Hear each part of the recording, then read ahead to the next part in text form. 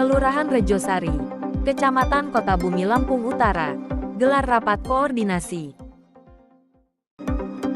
Rapat koordinasi yang dilaksanakan tersebut mengambil tema sosialisasi ketentraman umum, ketertiban umum dan perlindungan masyarakat. Kegiatan ini berlangsung di Aula Kantor Kelurahan Rejosari, Kecamatan Kota Bumi, Lampung Utara pada Senin tanggal 4 November tahun 2024 dihadiri oleh PLT Camat Kota Bumi, Taslim Hasan, Lurah Rejosari, Rahadian Aris Datama, Sekretaris Kelurahan, Al-Hoiria.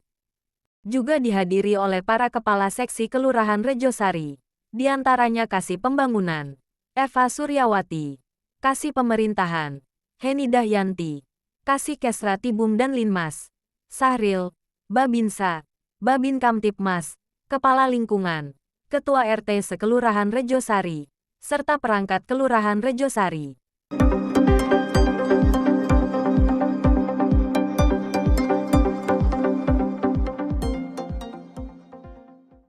Rapat koordinasi kelurahan merupakan pertemuan yang dilakukan untuk berbagai tujuan, seperti evaluasi kerja yang telah dilaksanakan, perencanaan atau pemrograman teknik kerja, menyamakan persepsi dan langkah agar kegiatan berjalan lancar, membentuk tujuan dan misi, meningkatkan efektivitas layanan kepada warga, meningkatkan kerjasama antar staf kelurahan.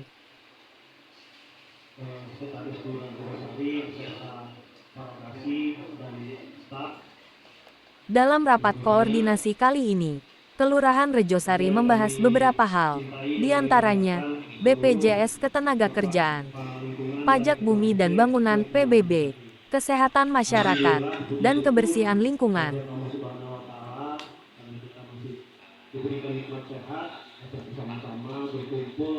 Tahap awal dari pembagian kartu anggota BPJS Ketenagakerjaan di Kelurahan Rejosari dibagikan kepada para ketua RT sekelurahan Rejosari, dan nantinya akan dilanjutkan untuk para kepala lingkungan sekabupaten Lampung Utara. Dua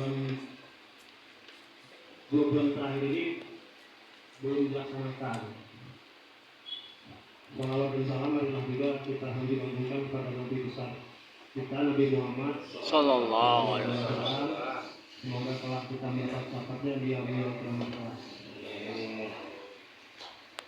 Pertama-tama saya ucapkan terima kasih yang besar-besarnya kepada Bapak-Bapak Kepala Lingkungan dan Ketua RT yang sudah PLT Camat Kota Bumi, Taslim Hasan, menyoroti tentang pendapatan pajak bumi dan bangunan yang belum maksimal untuk Kecamatan Kota Bumi.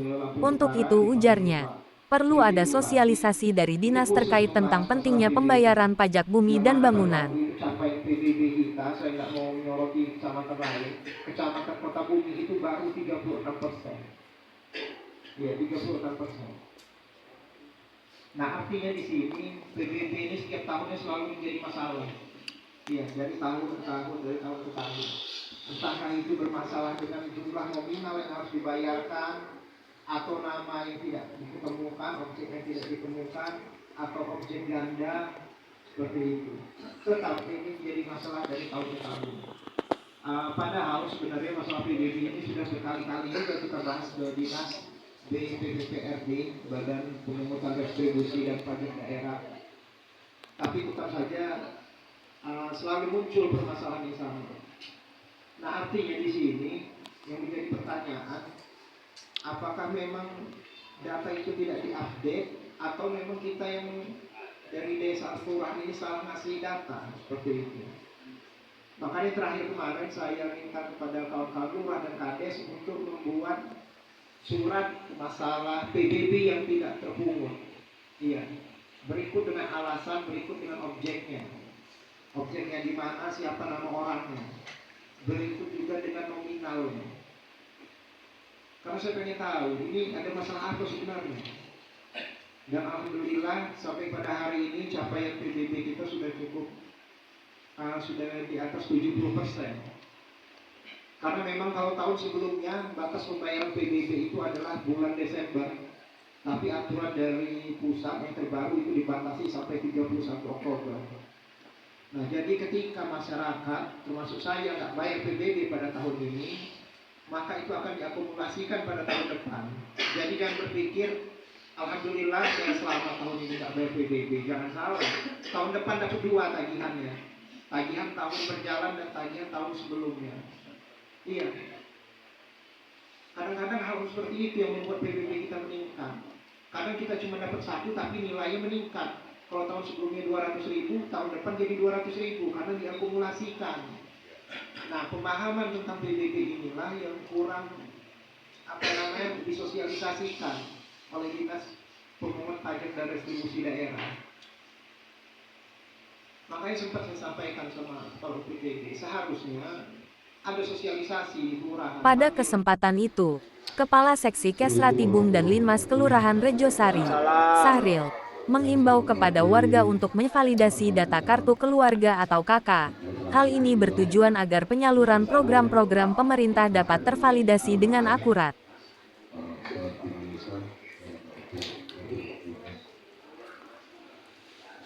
Ini informasi buat Pak RT. Validasi data untuk 2020 depan. Perbaharui data terbaru Capil diberitahu kepada warga yang masuk dalam DPKS. Perbaharui KK. Bukan KK fotokopi KK yang banyak, bukan. KK yang sudah diperbaharui Capil. Itu diserahkan paling lambat bulan Desember ke Buparian. Karena itu untuk validasi data. Yang sudah masuk dalam DPKS, yang untuk balita, ingatkan kembali nanti mohon kerjasamanya. Untuk perubahan KK akan diperbaharui sambil kembali. Yang balita, karena banyak laporan masuk ini bahwa yang balita tidak masuk dalam DPKS. Di mana nggak masuk kalau nggak diperbaharui katanya dicampil. Nah, itu dipadanin sama Bu Maria. Terus tentang bantuan beras, kita 3 bulan terakhir ini lapor Pak Camat Rejosari ini kami mau mencapai 97% saja. Itu agak sedikit karena di fotonya itu, di aplikasi itu kadang-kadang tidak terbaca.